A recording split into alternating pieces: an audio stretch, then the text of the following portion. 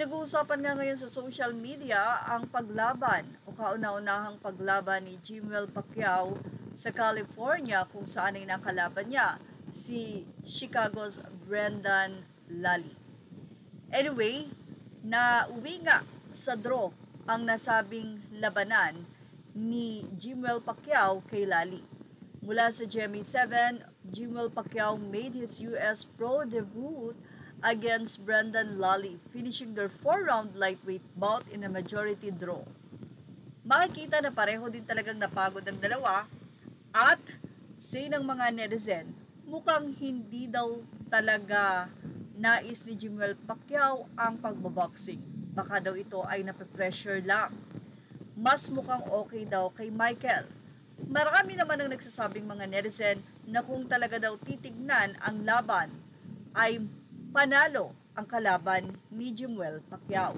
Baka raw nahiya lang kay Manny dahil nanunood doon ang ama, kaya bilang konsiderasyon ay ginawa na lamang itong draw. Say ng ilang netizen mula sa Fashion Police anonymous commentator, dapat panalo yung kalaban, naawa na lang siguro dahil anak ni Pacman. Medyo nakakahiya din talo sa unang sabak niya sa pro. Di talaga boxing ang gusto nito. Dala siguro ng pressure sa mga nakapaligid sa kanya kaya napilitan na lang. Yeah, safe thought. Talo talaga siya. Paano mo nasabing di gusto ang boxing? Tanong naman ng isang netizen. Close ba kayo? For your information or FYI, matagal na siyang nagte-training. Palagay mo kung di niya gusto, mapipilit siya ng parents niya, sa yaman nilang yan. Yung mukha nga ni Manny habang nanonood, alam niya siguro na medyo di kagalingan ng anak niya. Ngayon, alam na ni Jinky ang feeling ni Mami D habang nagbaboxing si Manny. Dahil siya mismo, hindi makatingin na nasasapak ang anak niya.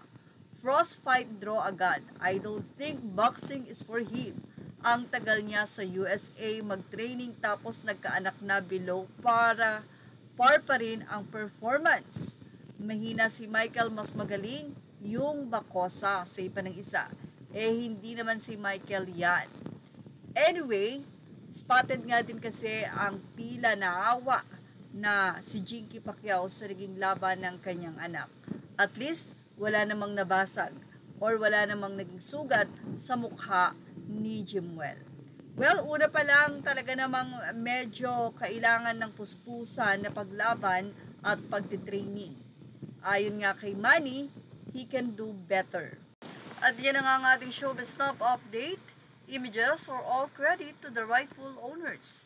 Please like, share, and subscribe. Thank you for watching.